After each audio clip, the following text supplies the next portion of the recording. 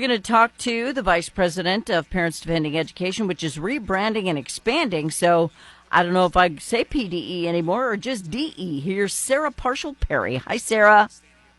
Hi, how are you? Thanks for having me today. You're welcome. Thanks for being here. Love your voice.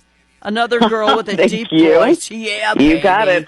All right. So Parents Defending Education has been fighting for a long time with just, primary school, elementary school, junior high, high school. But it's time to take the fight bigger, isn't it?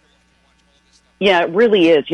We have been working in the K through 12 space for years now, but really what we're seeing is some of the most egregious policies are coming from higher education. Remember, there was so much attention drawn to all of the university practices that were concerning specifically race and sex discrimination, as we saw from the Students of Fair Admissions series of cases 2 years ago at the Supreme Court. It really put a fine point on what's happening behind the scenes when Harvard University and UNC Chapel Hill were using essentially race metrics where they were grading and weighting admissions candidates based on their status and protected characteristics. So this is something that we thought is really about time to address, because a lot of our kids, a lot of our parents that have kids who were in the K through 12 programs, those individuals who are members of our organization have now grown up, and they now have children in college. I myself have two in college, and it's time for our program to be able to investigate things like accreditation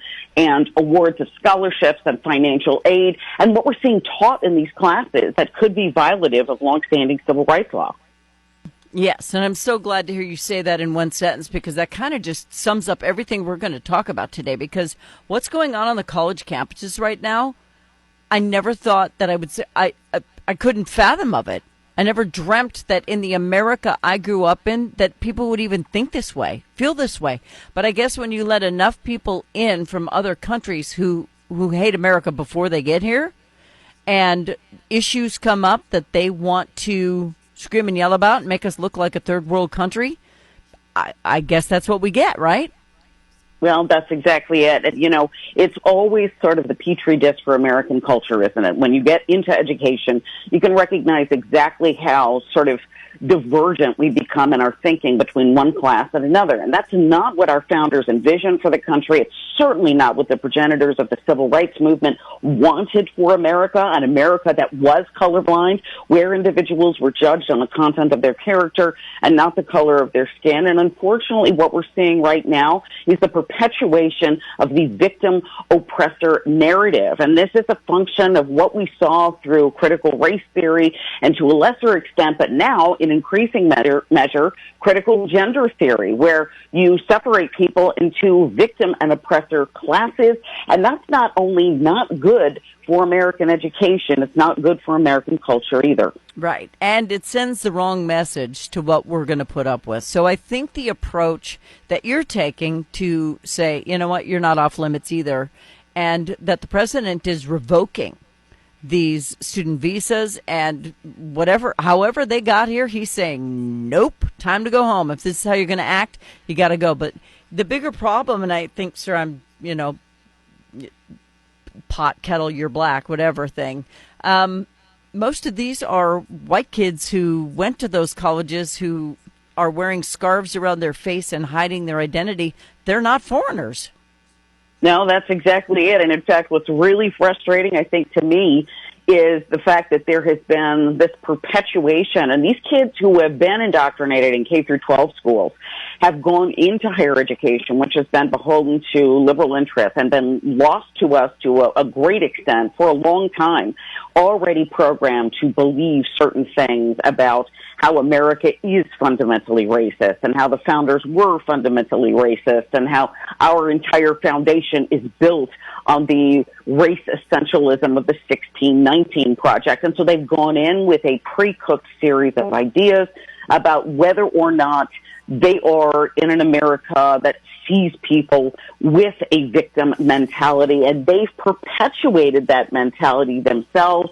I think they've bought into the lie of allyship and social justice warriorness, and what we're seeing now is a pretty sloppy outcome because we've got very poor academic outcomes. Remember, our National Association of Education Placement scores for 8th graders show about only 27% of kids in America are literate in math. 30% of kids in America are literate on grade level for English, and we send those kids now into higher education. And they've been indoctrinated, but they sure as heck have not gotten the fundamentals. Right. And, the parents who paid for those educations have got to be seriously mad, unless they believe that way, too. Yeah, that's exactly it. I will tell you, if they've gotten good values teaching at home and they've been raised in a way to see everyone as created equal, all worth and value for every single person, this should be a pretty easy sort of stalwart moral compass. I'd like to think both of my kids who are in college went into college with that moral compass intact. They call and ask me all the time about what their professors are teaching and what my thoughts are, and we've got a great open relationship. But for parents who don't have that kind of relationship with their kids, they have to rely on the protections of federal civil rights law, and we're not seeing them enforced fairly and accurately at a lot of these universities. Yeah. And we're going to go there, folks, because we have one that's not very far from where we live who is getting called out by y'all. It's SIUE.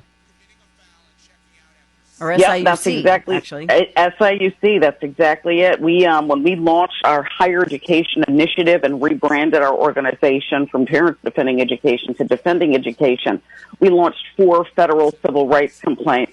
One at the University of California, Berkeley, one at Indiana University, one at the University of Wisconsin-Madison, and one at University of Southern Illinois, Carbondale. And what we discovered at Carbondale, ironically, considering the fact that there were a number of very liberal regular offenders on the list of some of these universities who automatically, we know, lean left of center. UC Berkeley, University of Wisconsin-Madison, for example. Mm-hmm. I got to tell you, what we saw at SIUC was pretty astonishing. We located 33 awards, funds, scholarships, or fellowships only available to certain students based on their race or their sex. 33 of them, and they're all managed, they're all awarded through SIUC's Vice Chancellor for Anti-Racism, Diversity, Equity, and Inclusion Office, which is often the case.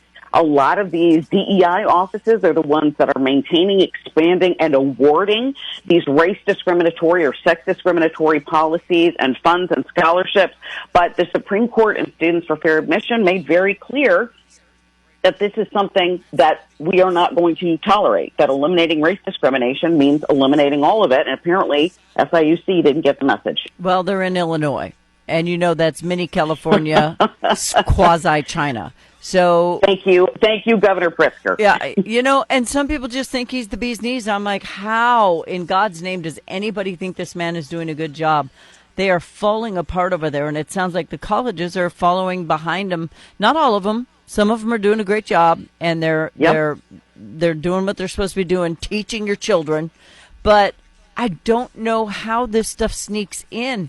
It's just like we go for 20 years, Sarah. We go for 25 years, and we're all hunky-dory, and all of a sudden our kid comes home, we're having dinner, and they're saying things that we've never discussed as a family, so it sure as heck didn't come from us. And now we have to argue with our children over the basics, the fundamentals of biology. Right. It's insanity. Right, that's exactly it. Like, listen, we're about to hear a very, very significant Supreme Court case. On April 22nd, we're going to hear a case argued called Mahmoud versus Taylor. And this is a series of religious parents, Orthodox Christians, Muslims, and Jews, who've all filed suit specifically because their 6- and 7-year-old children were given gender identity lessons in public school format without the ability to opt out. Every one of them has said this is a violation of our religious beliefs. Finally, we've seen the Supreme Court take up an issue on parental rights and a lot of this gender identitarianism that we're seeing in public education, both in K through 12 and higher education. And the Supreme Court has got to root it out, but it's got to make very, very clear that it's the parents who have the right to direct the care upbringing, health, and education of their children, not educators. And I think a lot of schools, including in higher education, have not gotten that missive. It befuddles me. And when my little grandson came home, he didn't hear it at school, but he heard it on YouTube. And he said, "How can a person be a they them?" I said, "They can't."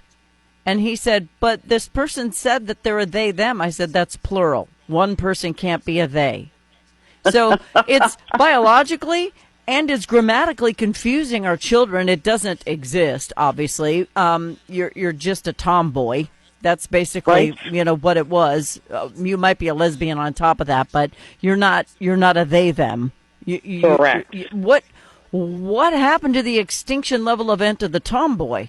I want to know what happened to that. Well, that's exactly it. Having been one myself and having raised a daughter who is now playing college volleyball on a Title IX scholarship at Belmont Abbey College, which thrills me to no end. But I tell you what, she was a real tomboy, probably a result of her athletic giftedness, and thank God for federal civil rights protections. And hopefully she will never have to play against a biological male. But the NCAA, again, that manages and oversees all of these athletic programs and all of these universities, the largest membership association in the country, to the tune of $1.2 billion in membership fees from these universities, has decided they're going to pass the buck and tell each one of the colleges and universities, if they maintain a sports program, they pick their own rules on whether or not biological men can compete against women. Well, I don't want my daughter getting a concussion, and I'm sure hoping that if the Department of Education begins to open more civil rights complaints investigation into these higher education institutions, like it just did at the University of Pennsylvania over the Leah Thomas swimming debacle, when she divested a biological woman of the 500-meter freestyle gold medal, that is a significant opportunity to really pin back the ears of a lot of this nonsense. Yeah, and it's funny you say pin back the ears. That's hilarious. But I'm just saying, if I'm in boxing and all of a sudden I come to the gold medal match and there is a dude there, I want brass knuckles to level the field.